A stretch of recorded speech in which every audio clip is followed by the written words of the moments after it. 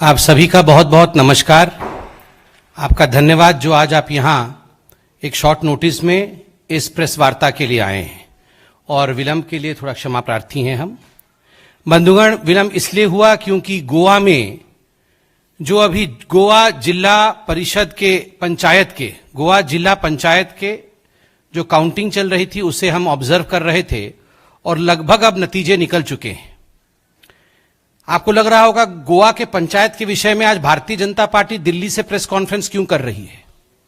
बिहार से लेकर अब तक जितने भी चुनाव हुए हैं उनके नतीजे हमारे सामने आए हैं और किसान का आंदोलन चल रहा है। किसान आंदोलन को लेकर विपक्ष एक भ्रम के माहौल को सृजित करने की कोशिश कर रही है, एक भ्रम फैलाने की कोशिश कर रही है। इस भ्रम को लोकतंत्र में हमेशा ही लोकतांत्रिक तरीके से अपने पक्ष को रख करके वैज्ञानिक रूप से तोड़ना चाहिए और इसीलिए हम चुनावों की कुछ आंकलन करेंगे और जो भ्रम की स्थिति कांग्रेस पार्टी, आम आदमी पार्टी इत्यादि उत्पन्न कर रहे हैं उसका खंडन करेंगे।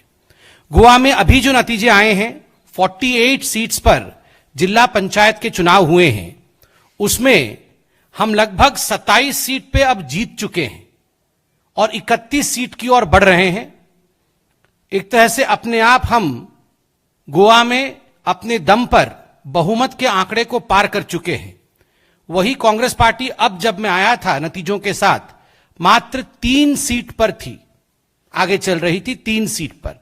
जहां हम 27 पर पहुंचे हैं वहां कांग्रेस मात्र 3 पर है और आम आदमी पार्टी ने भी ये सारे पंचायत के चुनाव गोवा में वो लड़ी थी। अभी भूख हड़ताल पे बैठे हैं, सब इसी सड़क के उस पार बैठे हुए हैं।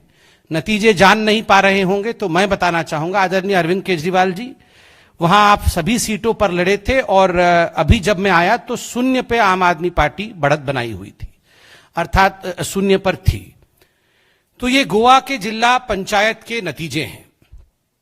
कल रात को आदरणीय गृह मंत्री अमित शाह जी ने, भारतीय जनता पार्टी के राष्ट्रीय अध्यक्ष आदरणीय जगत प्रकाश नड्डा जी ने ट्वीट करके, अमित जी ने बाइट देकर हमें बोडोलैंड टेरिटोरियल काउंसिल बीटीसी 2020 के जो चुनाव है उस संदर्भ में हमें ज्ञान दिलाया और हमें कहा उन्होंने कि क्या नतीजे बीटीसी के रहे हैं। बीटीसी 2020 में भारतीय जनता पार्टी जहां पहले मात्र 1 सीट पर थी अब 9 सीटों पर है और कांग्रेस पार्टी मात्र 1 सीट पर है। हमारी सहयोगी दल यूपीपीएल 12 सीटों पर है और हमारी ही सहयोगी दल जनशक्ति पार्टी जीएसपी 1 सीट पर है। तो स्वाभाविक रूप से ये जो 40 सीटों का समूह बीटीसी का है, इसमें भारतीय जनता पार्टी के जो अलायंस पार्टनर है वह अपनी काउंसिल बना रही है। हम बीटीसी का काउंसिल भी 2020 में बना रहे हैं और 1 सीट से 9 सीट में आकर भारतीय जनता पार्टी ने एक बहुत बड़ा छलांग असम में लगाया है और उसके लिए असम के भारतीय जनता पार्टी के कार्यकर्ता, असम के मुख्यमंत्री सोनोवाल साहब, असम के ही हमारे हेमंत बिश्व शर्मा जी को खुद हमारे बड़े नेताओं ने धन्यवाद कहा है, उनका आभार व्यक्त किया है। बंधुगण, राजस्थान में भी हमने ग्रामीण क्षेत्र के चुनावों को कुछ दिनों पहले देखा था। चूंकि उस विषय में ऑलरेडी प्रेस वार्ता हो चुका है इसलिए अधिक नहीं कहना है, किंतु सिर्फ आपके स्मृति पटल को एक बार पुनः इन आंकड़ों से सुसज्जित करने के लिए मैं कहना चाहूंगा कि पंचायत समिति में भारतीय जनता पार्टी 4371 सीट्स में से 1919 सीट जीती है, जबकि कांग्रेस पार्टी मात्र 1852 सीट्स जीती है। वहीं जिला परिषद में भारतीय जनता पार्टी 606 सीट में 353 सीट्स जीती है।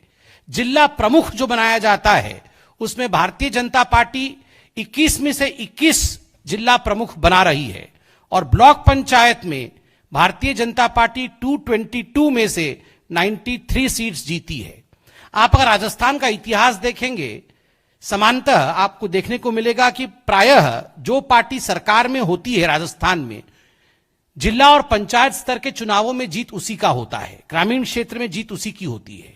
किंतु अपने आप में ये ट्रेडिशन से अलग हटते हुए कांग्रेस की सरकार होते हुए भी भारतीय जनता पार्टी इन तमाम ग्रामीण चुनावों में कांग्रेस से वोट प्रतिशत और सीट अधिक लेकर आती है, यह अपने आप में कुछ कहता है।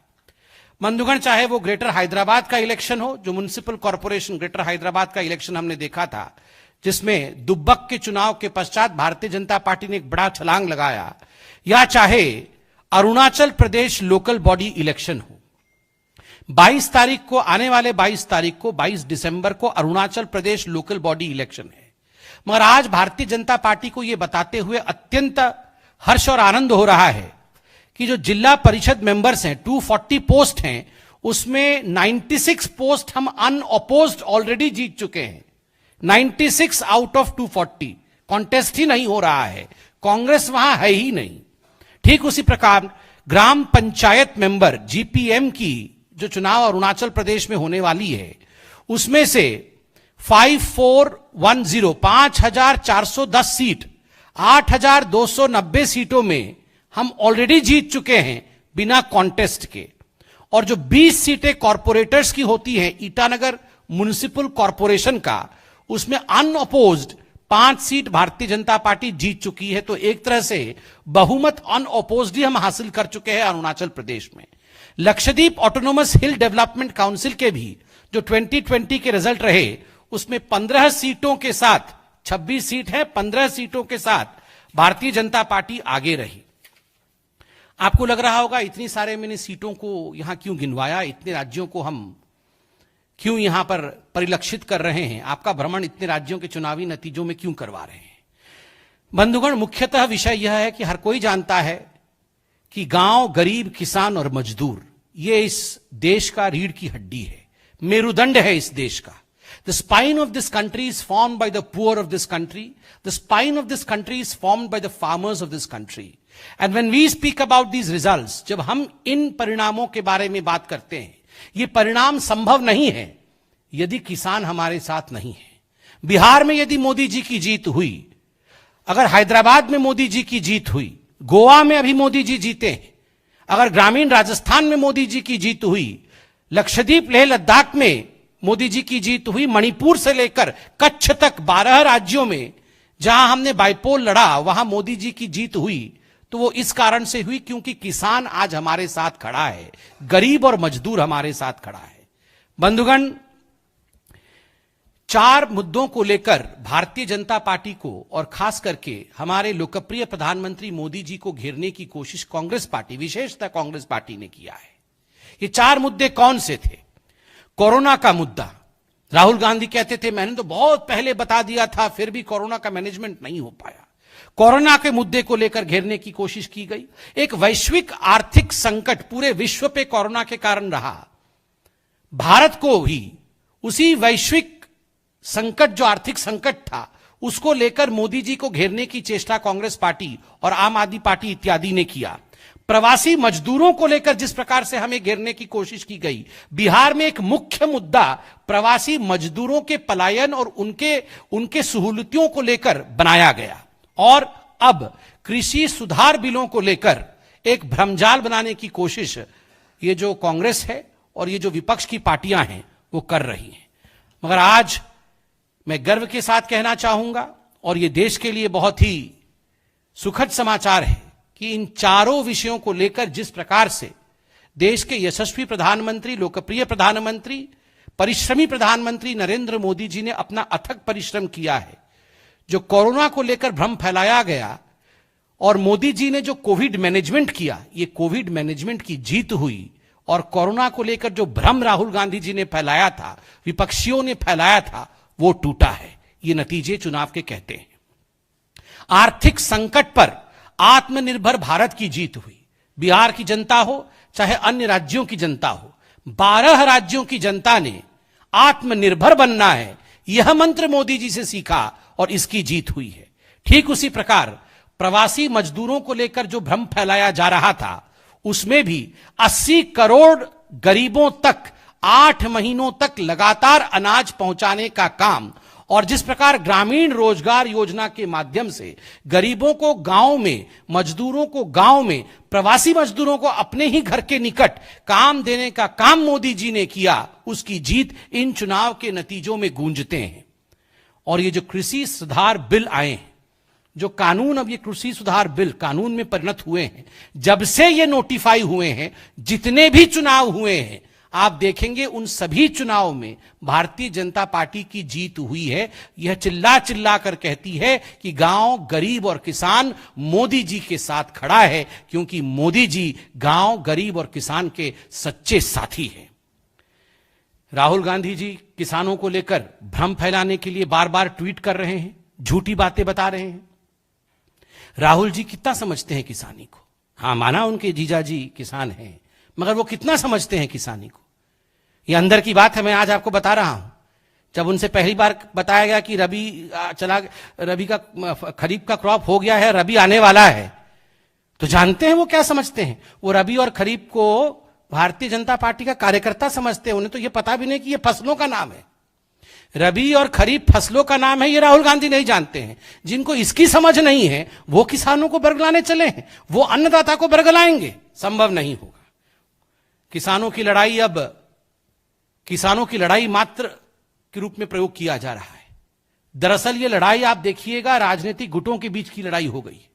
आम आदमी पार्टी और कैप्टन अमरिंदर सिंह के ट्वीट वॉर को देखिए, आपस में एक दूसरे से लड़ रहे हैं। आपको क्या लगता है ये किसानों के हित के लिए लड़ रहे हैं? बिल्कुल नहीं। कुर्सी पर कौन बैठेगा? किसी भी कीमत पर, बिना मेहनत किए, बिना रिफॉर्म किए, बिना परफॉर्म किए, बिना ट्रांसफॉर्म किए कैसे सत्ता मिल जाए, इसकी लड़ाई चल रही है। कैप्टन अमरिंदर जी कह रहे हैं कि ये आम आदमी पार्टी वाले ढोंगी हैं, अरविंद केजरीवाल ढोंगी है। तो अरविंद केजरीवाल जी कह रहे हैं कैप्टन अमरिंदर सिंह सबसे बड़ा बदमाश है। ये आपस किसानों की बात भूल चुके हैं। कोई मतलब नहीं है किसानों से। ये आपस में सत्ता की लड़ाई करने की कोशिश कर रहे हैं। अरे अरविंद जी, गोवा के नतीजे अभी आए हैं, आप भूख हड़ताल में हैं, कृपया करके नतीजे देख लीजिए। वहां जीरो है, यहां हीरो बनने की आप कोशिश कर रहे हैं। और अरविंद जी, हमें यह पता है, ये जो हंगर स्ट्राइक आप कर रहे हैं, ये नींबू पानी से मिटने वाला नहीं है। ये अरविंद केजरीवाल जी का हंगर स्ट्राइक नींबू पानी से मिटने वाला हंगर स्ट्राइक नहीं है। ये सत्ता की भूख है, ये कुर्सी से ही मिटती है। तो ये लड़ाई आपस की पॉलिटिकल लड़ाई है। ये कोई किसानों के बारे में नहीं सोच रहा है। और अरविंद केजरीवाल जी, आप तो वही अरविंद केजरीवाल जी हैं और यही आम आदमी पार्टी है ना, जिसने जब पंजाब में चुनाव हुआ था तो अपने मैनिफेस्टो में डिक्लेयर किया था कि अगर पंजाब में हम सत्ता में आ जाएंगे तो हम बिचौलियों को हटा देंगे और हम एपीएमसी के जो कानून है उसको रिफॉर्म करेंगे। एपीएमसी रिफॉर्म करेंगे कहने वाले आप ही की मैनिफेस्टो थी, और आज आप भूख हड़ताल पे बैठ गए। और अरविंद केजरीवाल जी, आप तो वही अरविंद केजरीवाल जी है ना, जिसके कलम से और जिसके कहने के बाद ये फार्म बिल नोटिफाई किया गया 23 नवंबर, इसी वर्ष 23 नवंबर को।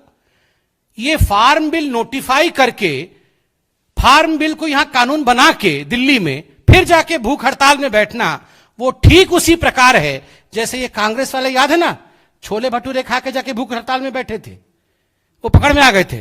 पहले जाके छोले भटूरे खाए थे, फिर जाके भूख हड़ताल में बैठ गए थे।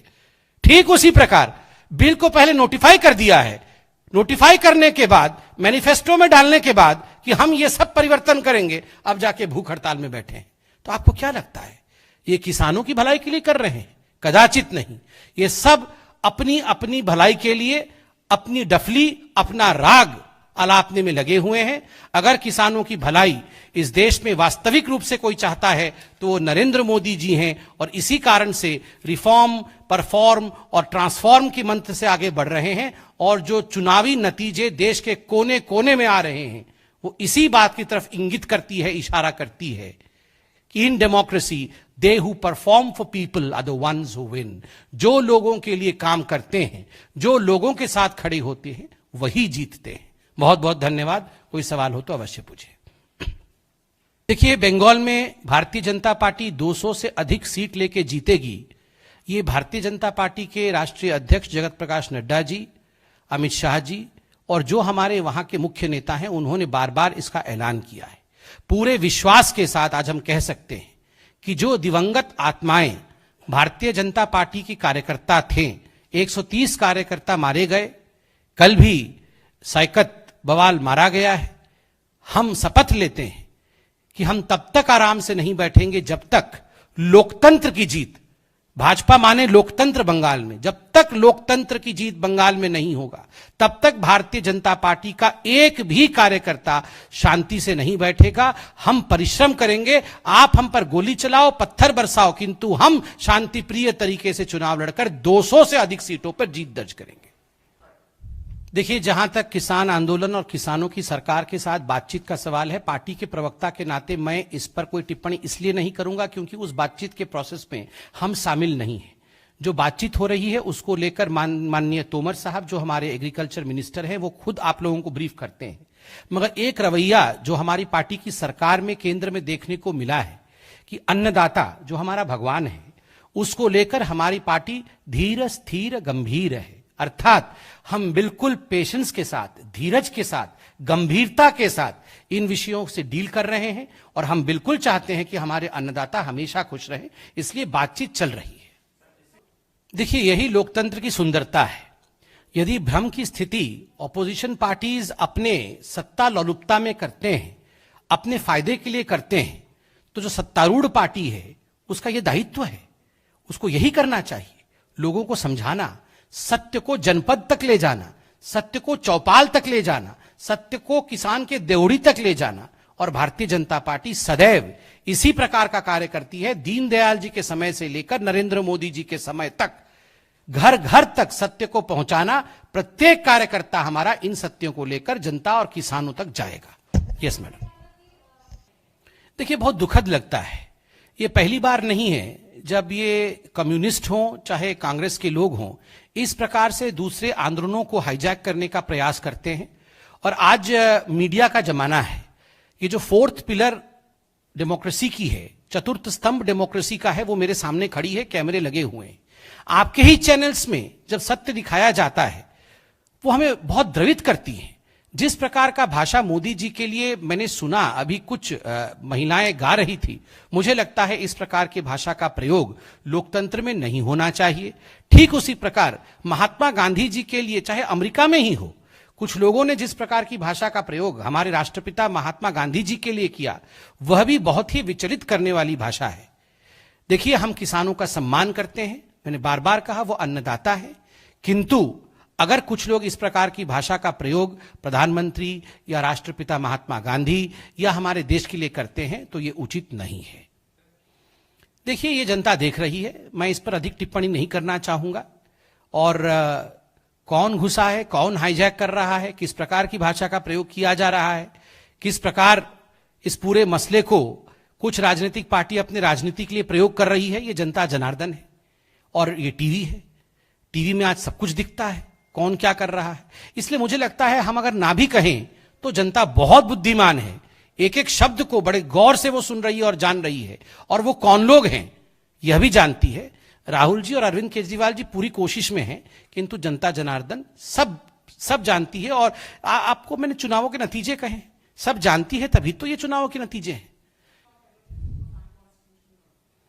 See, as far as Congress establishing a tent in Sambhu border is concerned, उनका तो टेंट कब का उड़ चुका है। कांग्रेस का टेंट ही नहीं है तो टेंट लगाया है कहां से, मुझे समझ में नहीं आ रहा है।